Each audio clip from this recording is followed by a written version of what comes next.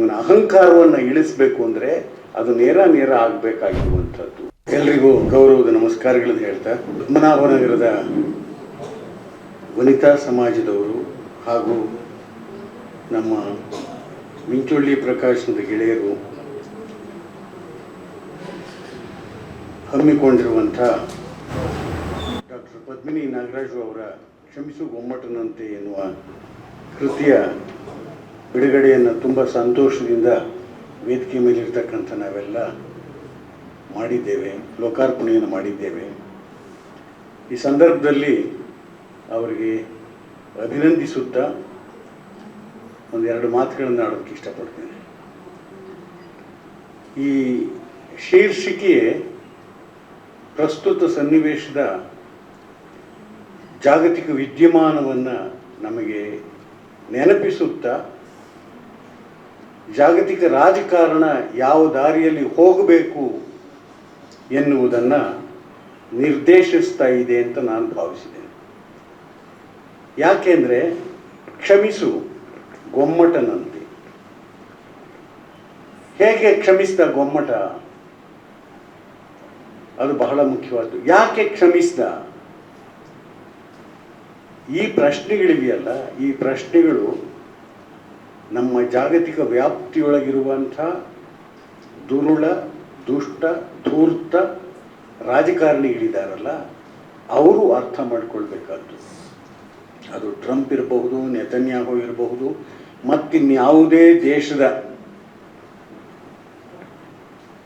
ರಾಜಕಾರಣಿ ಇರಬಹುದು. ಯಾಕೆಂದರೆ ಇವತ್ತು ಜಗತ್ತು ಅನುಭವಿಸುತ್ತಿರುವಂಥ ತಲ್ಲಣ ಇದೆಯಲ್ಲ, ಆ ಯುದ್ಧ ಸಮರದ ಭೀಕರತೆ ಇದೆಯಲ್ಲ, ನಮ್ಮೆಲ್ಲರ ಮನೆಯನ್ನು ತಟ್ಟಿದೆ, ನಮ್ಮೆಲ್ಲರ ಮನಸ್ಸನ್ನು ಕೂಡ ತಟ್ಟಿದೆ. ಆ ಹಿನ್ನೆಲೆಯೊಳಗೆ ಯಾರು ನೆಮ್ಮದಿಯಾಗಿದ್ದಾರೆ ಇದು ಜಗತ್ತಿನಲ್ಲಿ? ಇವತ್ತು ಯಾವ ದೇಶ ನೆಮ್ಮದಿಯಾಗಿದೆ?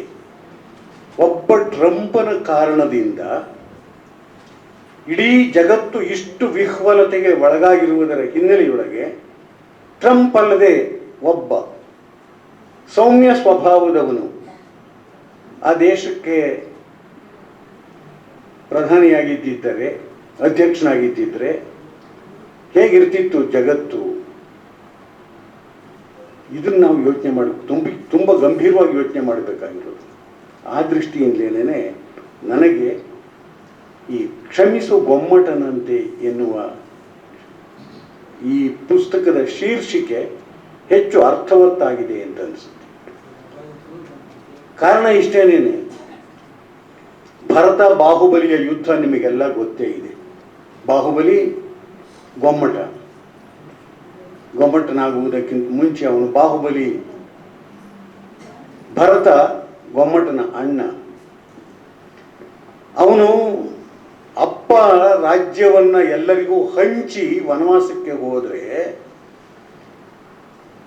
ಅವನು ಭರತ ಏನು ಮಾಡ್ತಾನೆ, ಜಗತ್ತನ್ನ ನಾನು ಗೆಲ್ಲಬೇಕು ಅಂತ ದಿಗ್ವಿಜಯವನ್ನ ನಡೆಸಿದ ರೀತಿಯೊಳಗೆ ಎಲ್ಲ ಕಡೆಗೂ ಹೋಗ್ತಾನೆ, ಚಕ್ರರತ್ನವನ್ನು ಮುಂದಿಟ್ಟುಕೊಂಡು. ಆ ಚಕ್ರರತ್ನವನ್ನು ಮುಂದಿಟ್ಕೊಂಡು ಹೋದಾಗ ಎಲ್ಲ ಕಡೆಗೂ ಗೆಲುವಾಗುತ್ತೆ ಅವನಿಗೆ. ಸಾಕಷ್ಟು ಯುದ್ಧ ಅಂದ್ರೆ ನಿಮಗೆ ಗೊತ್ತೇ ಇದೆ. ಸಾವು ನೋವು, ಮಕ್ಕಳ ಭೀಕರ ಅಮಾನುಷವಾದ ಕೊಲೆ, ಮಹಿಳೆಯರ ಆರ್ತನಾದ, ಮಹಿಳೆಯರ ಮೇಲೆ ದೌರ್ಜನ್ಯ ಎಲ್ಲವೂ ಕೂಡ ಎಲ್ಲ ಕಾಲದಲ್ಲಿಯೂ ನಡೆದಿದ್ದೇನೇನೆ, ಈಗಲೂ ಕೂಡ ನಡೀತಾ ಇರೋದೇನೇನೆ.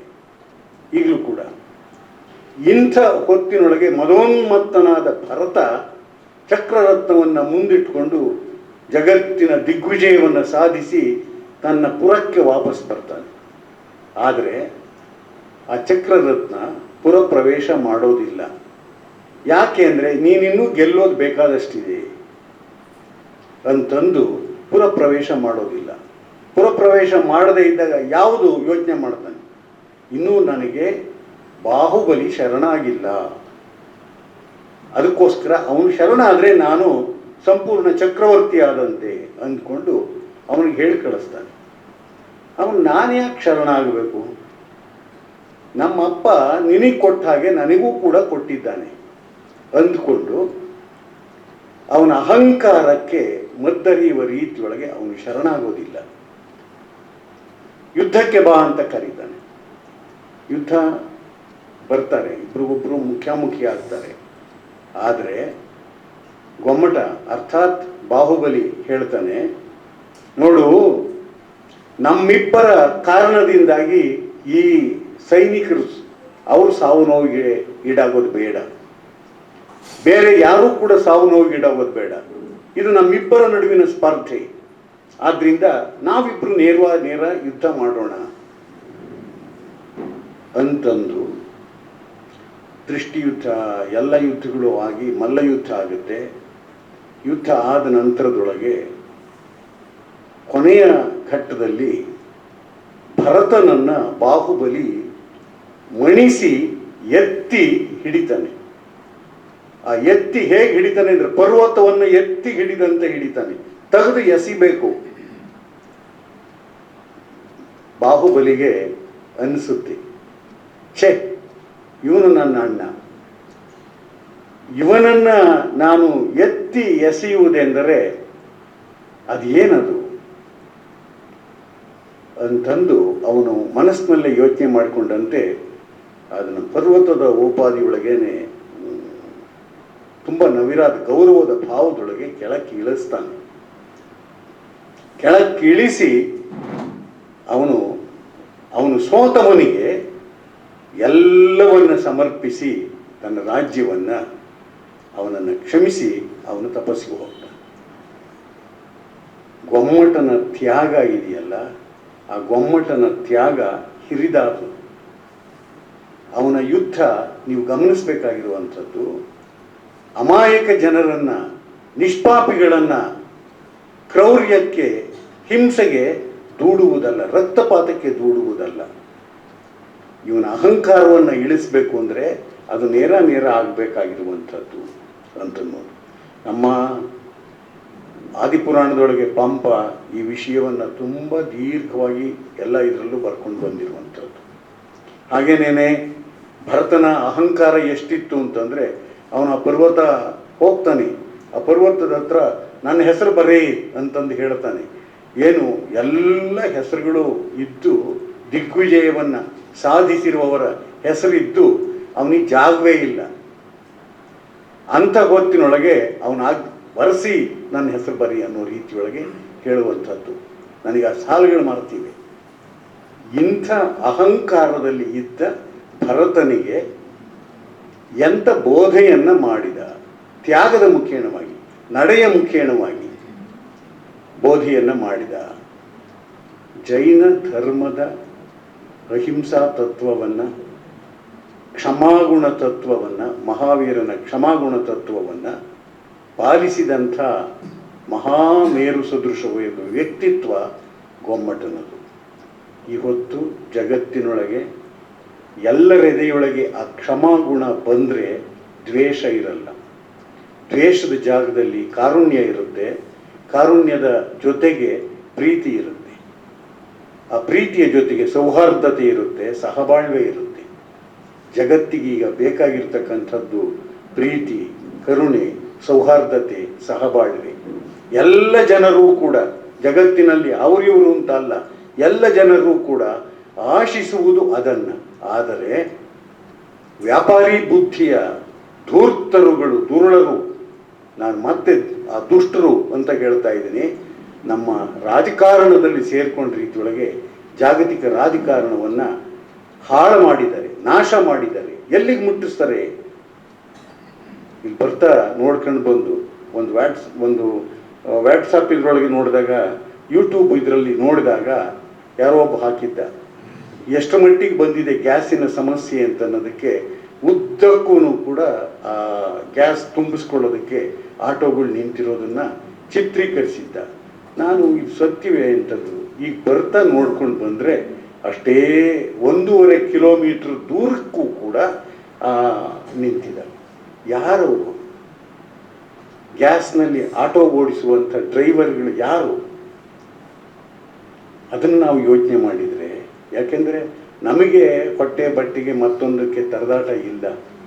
ನಿತ್ಯ ದುಡಿಯಬೇಕು, ನಿತ್ಯ ತಿನ್ನಬೇಕು, ನಿತ್ಯ ಮಕ್ಕಳಿಗೆ ಉಣಿಸಬೇಕು, ಮಕ್ಕಳ ಶಾಲೆ ಕಳಿಸ್ಬೇಕು.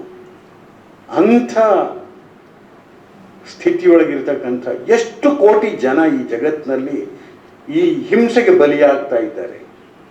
ಅಲ್ಲಿ ಸಾಯುವ ಸೈನಿಕರಷ್ಟೇ ಅಲ್ಲ, ಇಲ್ಲಿ ಸಾಯುವಂಥ ನೋಯುವಂಥ ಕೋಟ್ಯಾನುಕೋಟಿ ಜನತೆ ಎಲ್ಲ ದೇಶಗಳಲ್ಲಿಯೂ ಕೂಡ ಯಾವ ಸ್ಥಿತಿಲಿದ್ದಾರೆ. ಟ್ರಂಪ್ನ ಸೊಸೆಯೇ ತಿರುಗಿ ಬಿದ್ದಿದ್ದಾಳೆ. ನೀನಿಂಥ ದುಷ್ಟ ಅಂತ ನಮಗೆ ಗೊತ್ತಿರಲಿಲ್ಲ, ನಿನ್ನ ದುಷ್ಟತನ ಇಷ್ಟು ಅಮಾನವೀಯವಾದದ್ದೇ ಅನ್ನೋ ರೀತಿಯೊಳಗೆ ತಿರುಗಿ ಬಿದ್ದಿದ್ದಾಳೆ. ಎಲ್ಲ ಯಾಕೆ ನಾನು ವಿವರಿಸಿ ಹೇಳ್ತಾ ಇದ್ದೇನೆ ಅಂತಂದರೆ, ಕ್ಷಮಿಸು ಗೊಮ್ಮಟನಂತೆ ಎನ್ನುವ ಈ ಶೀರ್ಷಿಕೆ ಈ ಹೊತ್ತಿನ ನಮ್ಮ ಜಾಗತಿಕ ರಾಜಕಾರಣಕ್ಕೆ ಒಂದು ಬೋಧೆಯ ರೀತಿಯೊಳಗೆ ಇರುವ ಶೀರ್ಷಿಕೆ ಅನ್ನೋ ಕಾರಣಕ್ಕೆ ನಾನು ಹೇಳಿದ್ದೀನಿ.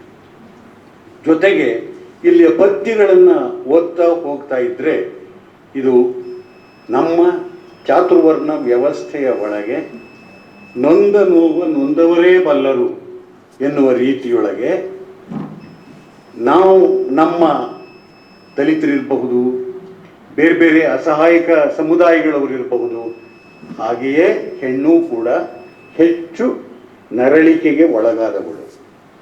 ಆ ಹೆಣ್ಣಿನ ದನಿ ಇದೆಯಲ್ಲ, ಆ ಆಂತರ್ಯ ಇದೆಯಲ್ಲ, ಅದು ಸಿಡಿದು ಬಿದ್ದ ರೀತಿಯೊಳಗೆ ಹೇಗೆ ನುಡಿದಿದೆ ಅಂತನ್ನೋದು ಅಷ್ಟೇ ಅಲ್ಲ, ಒಂದು ಪ್ರೀತಿಯನ್ನು ತೋರಿಸುತ್ತಾ ಮನಸ್ಸನ್ನು ಪರಿವರ್ತಿಸುವ ಕಾರ್ಯವನ್ನು ಕೂಡ ಹೇಗೆ ಮಾಡಿದೆ ಅನ್ನೋದಕ್ಕೆ ಇಲ್ಲಿಯ ಸಾಕಷ್ಟು ಕವನಗಳು ನನಗೆ ಕಾಣಿಸ್ತಾ ಇರ್ತಕ್ಕಂಥದ್ದು.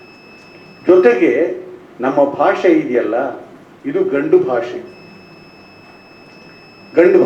ಯಾವುದೇ ಜಗತ್ತಿನ ಯಾವುದೇ ಭಾಷೆ ನೋಡ್ಕೊಂಡು ಹೋಗಿ ಅಲ್ಲಿ ಮೇಲ್ಶಾವನಿಷ್ ಅಂತಕ್ಕಂಥದ್ದು ಆ ಗುಣ ಭಾಷೆ ಒಳಗಿರುತ್ತೆ. ನಾವು ಯಾವತ್ತೂ ಕೂಡ ನೀವು ದಾರ್ಶನಿಕರನ್ನು ನೋಡಿ, ಯಾರನ್ನೇ ನೋಡಿ, ಅವನು ಎನ್ನುವುದು ಮುಂಚೂಣಿಗೆ ಬರುತ್ತೆಯೇ ಹೊರತು ಅವಳು ಎನ್ನುವುದು ಮುಂಚೂಣಿಗೆ ಬರೋದಿಲ್ಲ.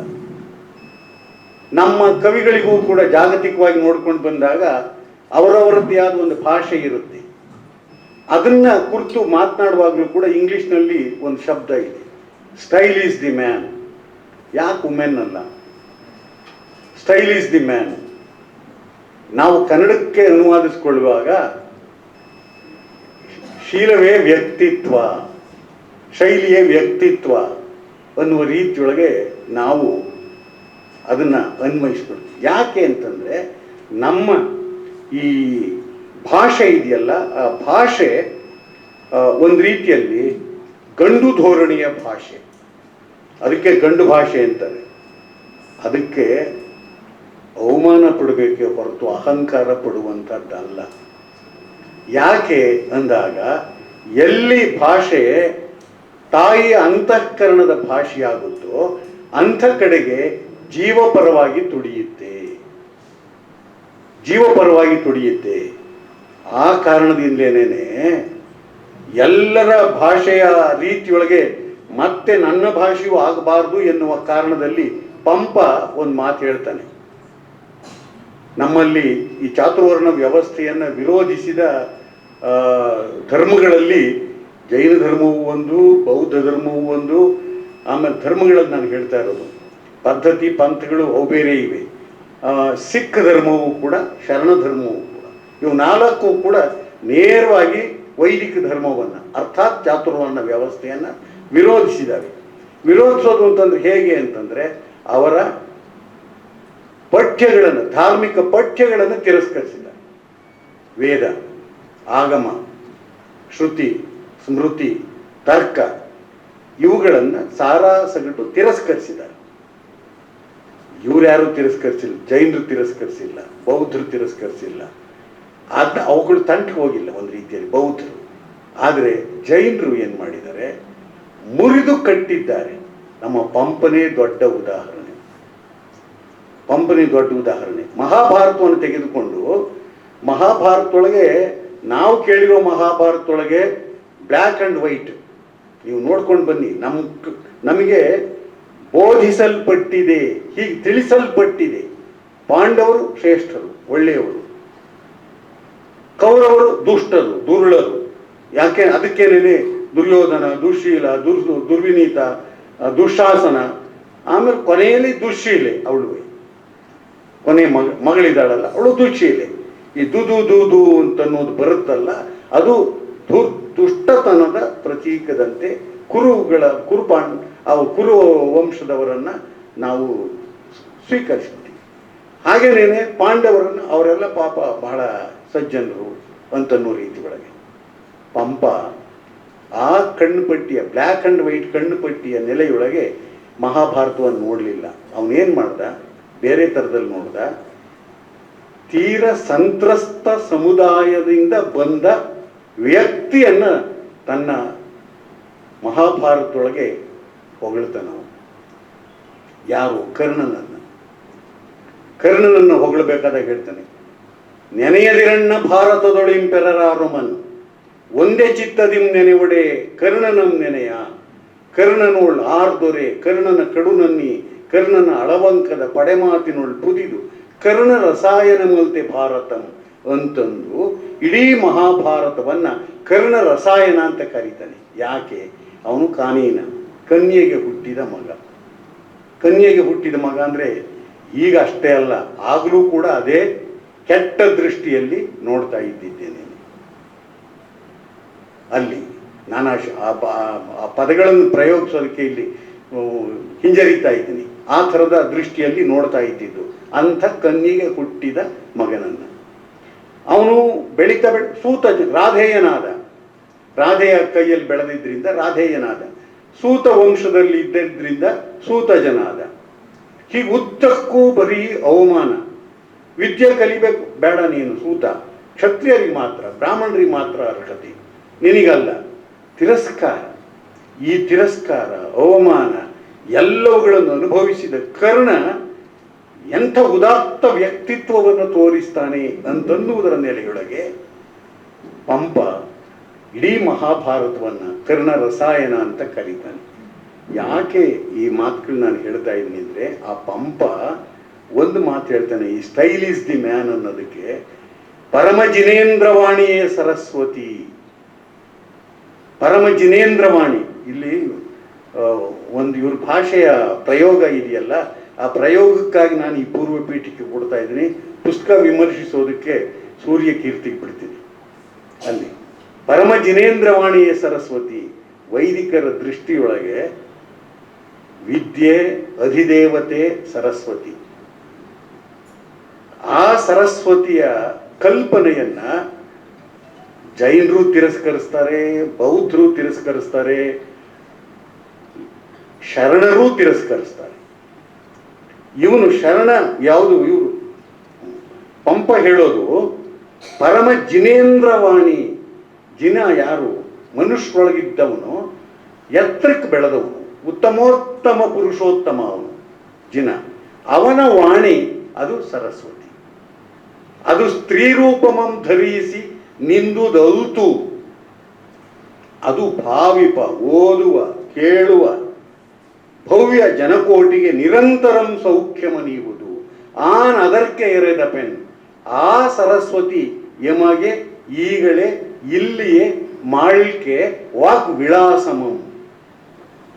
ವಾಗ್ವಿಳಾಸ, ವಾಗ್ವಿಲಾಸ ಅಲ್ಲ, ನನ್ನದೇ ಆದಂಥ ಒಂದು ಮಾತಿನ ವಿಳಾಸ ನನ್ನ ಭಾಷೆಗೆ ಬರಲಿ ಎನ್ನುವುದನ್ನು ಪಂಪ, ನಮ್ಮ ಆದಿಕವಿ, ಕನ್ನಡದ ಆದಿಕವಿ, ಅದನ್ನು ಹೇಳಿದ್ದಾನೆ.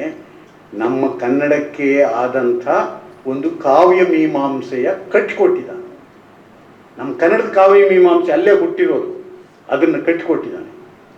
ಅಂಥ ಕಾವ್ಯ ಮೀಮಾಂಸೆಯ ಮುಂದಿನ ಬೆಳವಣಿಗೆ ಏನೇನೆ ಶರಣರಲ್ಲಿ ಬಂದಿದ್ದು.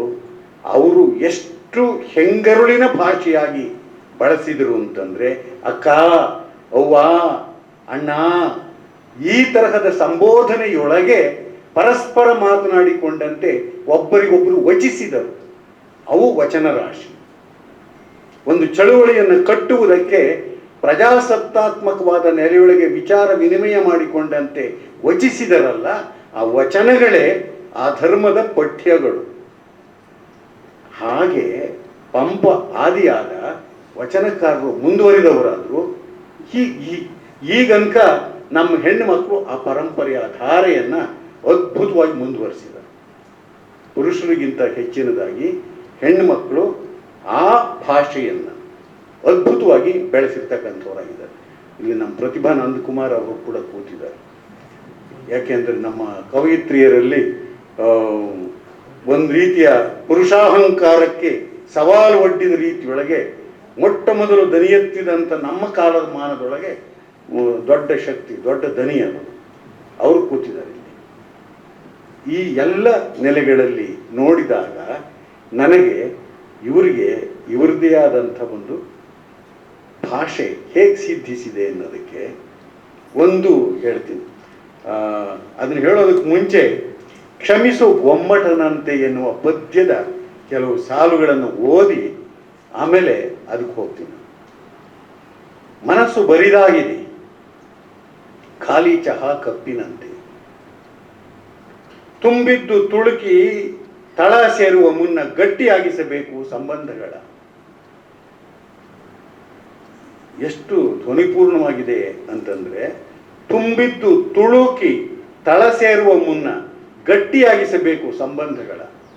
ಇವತ್ತು ಸಂಬಂಧಗಳು ವಿಘಟನೆಗಳಿಗೆ ಒಳಗಾದಂತೆ ಕೌಟುಂಬಿಕ ಜೀವನದಿಂದ ಹಿಡಿದು ಎಲ್ಲ ಕಡೆಯಲ್ಲಿಯೂ ಕೂಡ ಛಿದ್ರೀಕರಣವೇ ಮೌಲ್ಯವಾಗಿದೆ. ಒಂದು ಮನೆಯೊಳಗೆ ನಾವು ಒಟ್ಟಿಗೆ ಕೂತು ಊಟ ಮಾಡುವಂಥ ಒಂದು ಆಚರಣೆಯ ರೀತಿಯೊಳಗಿಲ್ಲ. ಅವ್ರು ಬೇಕಾದ ಅವರು, ಇವ್ರು ಬೇಕಾದ ಇವರು, ಈ ಸ್ಥಿತಿಗಳು. ಆದರೆ ಸಂಬಂಧಗಳು ಗಟ್ಟಿಯಾಗದ ಹೊರತು ಬದುಕು ಹಸನಾಗುವುದಿಲ್ಲ. ಅದಕ್ಕೆ ನಮ್ಮ ದೇವನೂರು ಮಹಾದೇವ ಹೇಳ್ತಾರಲ್ಲ, ಸಾಮಾನ್ಯ ದೊಡ್ಡ ಕಣ ಅಂತನ್ನೋದು ಆ ಗಟ್ಟಿತನವನ್ನಿಲ್ಲ.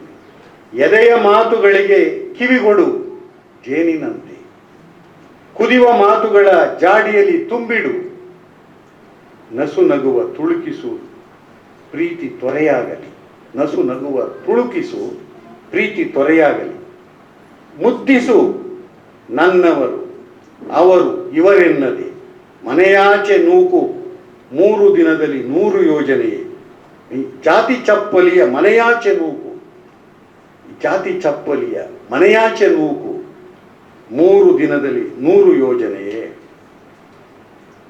ಕ್ಷಣಿಕದ ನಶ್ವರ ಸಾರುವ ಪುರಾಣ ಪುಣ್ಯ ಕಥೆಗಳು ಕಿವಿಯ ತುಂಬಿದರೂ ಅದೇಕೋ ತಳಮಳ ಗಳಿಸಿದ್ದು ಬಿಡಲು. ಈ ಸಂದಿಗ್ಧದೊಳಗೆ ಮನಸ್ಸು ಇರ್ತಕ್ಕಂಥದ್ದು. ಗಮನಿಸಿ, ನಾನು ಪುರಾಣ, ಆಗಮ, ತರ್ಕ ಇದನ್ನೆಲ್ಲ ಹೇಳಿದ್ನಲ್ಲ, ಇಲ್ಲಿ ಆ ಅರಿವು ಇವರಿಗಿದೆ. ಏನು? ಪುರಾಣ ಪುಣ್ಯ ಕಥೆಗಳು, ಅಲ್ಲಿ ಕ್ಷಣಿಕದ ನಶ್ವರತೆಯ ಸಾರುವ ಪುರಾಣ ಪುಣ್ಯ ಕಥೆಗಳು ಕಿವಿಯ ತುಂಬಿದರು ಅದೇಕೋ ತಳಮಳ ಗಳಿಸಿದ್ದು ಬಿಡಲು.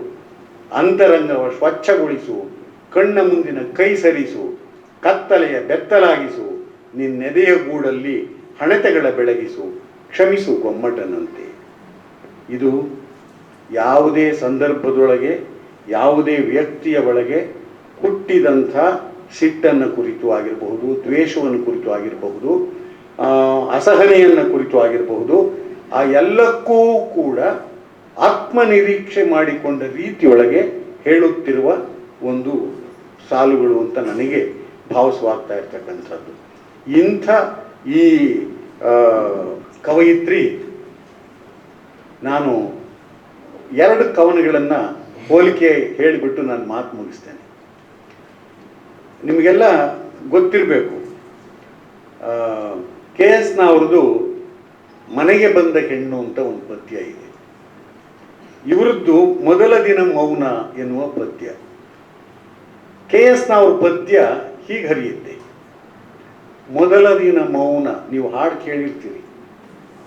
ನಮ್ಮ ತುಂಬ ಸುಶ್ರಾವ್ಯವಾಗಿ ಹಾಡಿರುವಂಥ ಅಶ್ವತ್ಥ ಟ್ರೂಪ್ನಲ್ಲಿದ್ದಂಥ ಹೆಣ್ಣುಮಗಳು ಅವರು ಹಾಡಿದ, ಅವ್ರ ಬಾಯಿನಲ್ಲಿ ಬಂದಿರೋ ಹಾಡು. ಮೊದಲ ದಿನ ಮೌನ, ಅಳುವೆ ತುಟಿಗೆ ಬಂದಂತೆ, ಚಿಂತೆ ಬಿಡಿ ಹೂವ ಮುಡಿದಂತೆ, 10 ಕಡೆ ಕಣ್ಣು ಸಣ್ಣಗೆ ದೀಪ ಉರಿದಂತೆ, ಜೀವದಲ್ಲಿ ಜಾತ್ರೆ ಮುಗಿದಂತೆ, 2ನೆಯ ಹಗಲಿನಲ್ಲಿ ಇಳಿಮುಖವಿಲ್ಲ,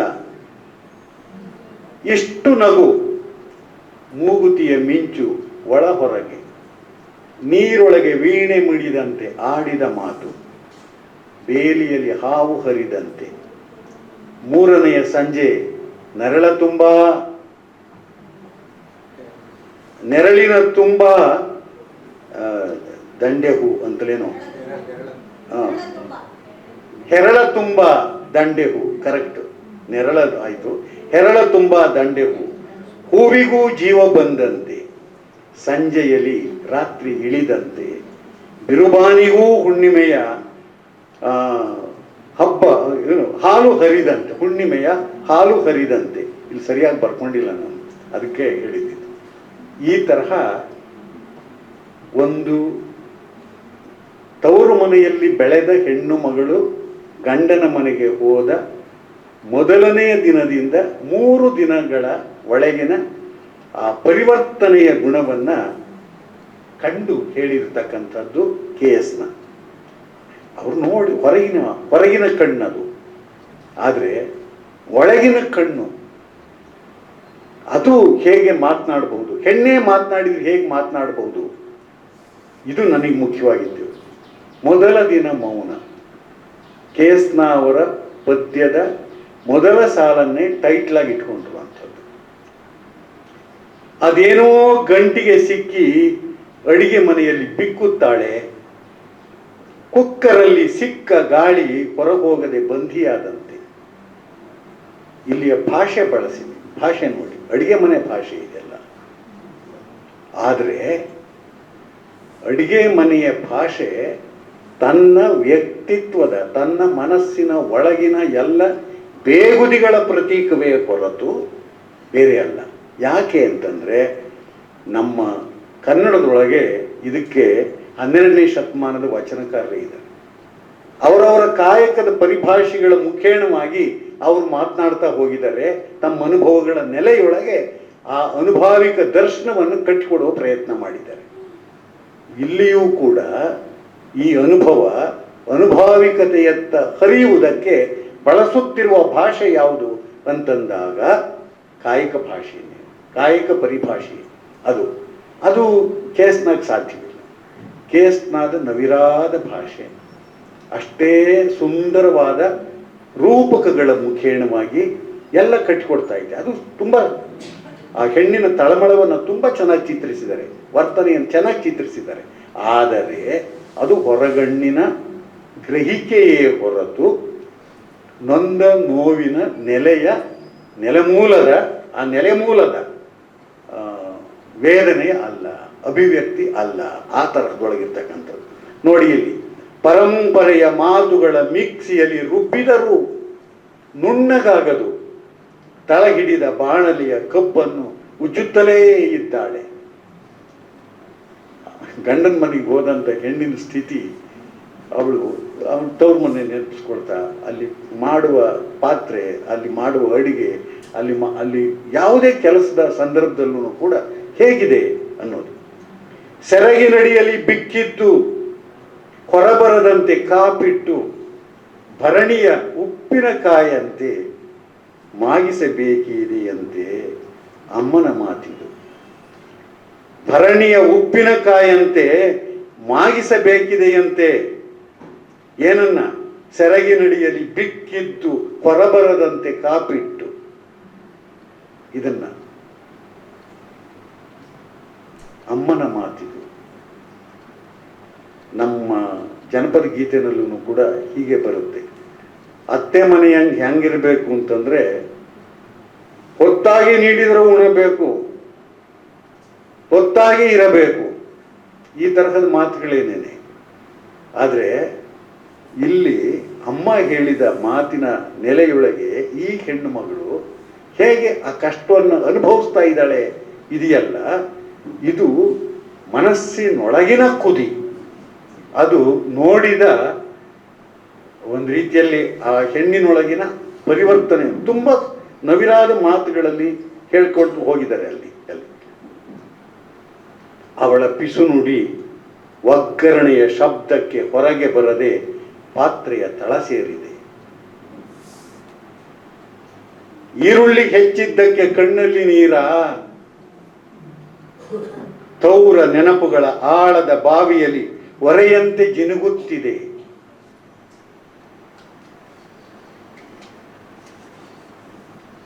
ಮನೆಯಲ್ಲಿ ಏನುಂಟು ಏನಿಲ್ಲ ಕಡಿಮೆಯಾಗಿರುವುದೇನು, ಸದಾಳು ಮುಂಜಿ ಸುತ್ತಲ ಮಾತುಗಳಿಗೆ ಹಾಲು ಹುಳಿ ನುಂಗಿ ಮೊಸರಾಗಿದೆ ಎಂದಿನಂತೆ.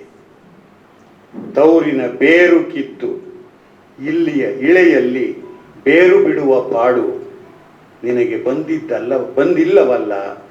ಅವನಿಗೆ ಕೇಳಬೇಕೆಂದ ಪ್ರಶ್ನೆಗಳು ಫ್ಲಾಸ್ಕಿನಲ್ಲೇ ಬಂದಿಯಾಗಿವೆ. ಗಂಡನಿಗೆ ನೀನು ನನ್ನಂತೆ ತೌರು ಬಿಟ್ಟು ಬಂದಿದ್ದಿದ್ರೆ ನನ್ನ ಕಷ್ಟ ಏನು, ನನ್ನ ದುಃಖ ಏನು ಅನ್ನೋದು ನಿನಗೆ ಗೊತ್ತಾಗ್ತಿತ್ತು. ಕೇಳುವಂತಿಲ್ಲ, ಕೇಳಲಾರದ ಸ್ಥಿತಿ ಅಲ್ಲಿ. ನಿನಗೆ ಬಂದಿಲ್ಲವಲ್ಲ, ಅವನಿಗೆ ಕೇಳಬೇಕೆಂದ ಪ್ರಶ್ನೆಗಳು ಫ್ಲಾಸ್ಕಿನಲ್ಲೇ ಬಂದಿಯಾಗಿವೆ. ಏನು ಅಡುಗೆ ಮನೆಯ ಎಲ್ಲ ಪಾತ್ರೆಗಳನ್ನು ಕೂಡ ಹೇಗೆ ಮನಸ್ಸಿನ ಬೇಗುದಿಯ ಪ್ರತೀಕವಾಗಿ ಬಳಸ್ಕೊಳ್ತಾ ಇದ್ದಾರೆ, ಅದು ಬಹಳ ಮುಖ್ಯ. That is the style. ನೊಂದ ಎದೆಯ ಪರಿಭಾಷೆಗಳು ಹೇಗೆ ಸಮರ್ಥವಾಗಿ ಇಲ್ಲಿ ಬಳಕೆಯಾಗ್ತಾ ಇದ್ದಾವೆ. ಹೊಸತನಕ್ಕೆ ಮನವ ಒಗ್ಗಿಸಿ ದೇಹ ಪಳಗಿಸಿ ಒಲೆ ಹತ್ತಿಸಿ ತಣ್ಣಗಾಗುವ ಕಲೆಯು ಕೈ ಹಿಡಿಯುವವರೆಗೆ ಮೌನ ಮಾತಾಗಿದೆ, ಮೌನ ಮಾತಾಗಿದೆ. ಇದು ನನಗೆ ನಮ್ಮ ಕನ್ನಡ ಕಾವ್ಯ ಪರಂಪರೆಯೊಳಗೆ ಗಂಡು ದನಿಯ ನೋಟಕ್ಕೂ ಗಂಡು ದನಿಯ ಸೃಷ್ಟಿಗೂ ಹೆಣ್ಣಿನ ಒಳಸಂಕಟದ ನೋವಿಗೂ ಒಳಸಂಕಟ ಸೃಷ್ಟಿಸುವ ಪರಿಭಾಷೆಗಳ ಒಂದು ಗಟ್ಟಿತನಕ್ಕೂ ಇರ್ತಕ್ಕಂಥ ಒಂದು ವ್ಯತ್ಯಾಸ ಎನ್ನುವುದನ್ನು ಹೇಳ್ತಾ, ಇನ್ನೂ ಹೇಳೋದಕ್ಕೆ ಸಾಕಷ್ಟಿದೆ. ನಾನು ವಿಸ್ತರಿಸ್ತಾ ಹೋಗೋದಿಲ್ಲ. ಯಾಕೆಂದರೆ ಈಗಿನ ಕಾಲಕ್ಕೆ ತಕ್ಕ ರೀತಿಯೊಳಗೆ ಈ ಶೀರ್ಷಿಕೆಯಿಂದ ಹಿಡಿದು ಅವರದೇ ಆದಂಥ ಒಂದು ಭಾಷೆಯನ್ನು ದಕ್ಕಿಸ್ಕೊಳ್ಳೋದನ್ನು ಒಳಗೊಂಡಂತೆ ಇನ್ನು ಗಂಡಿನ ಜೊತೆಯೊಳಗಿನ ಆ ವಾಗ್ವಾದಗಳು, ಸಂಘರ್ಷಗಳು ತುಂಬ ಸೂಕ್ಷ್ಮವಾಗಿ ಇಲ್ಲಿ ಪಡಿಮಿಡಿದಿದ್ದಾವೆ.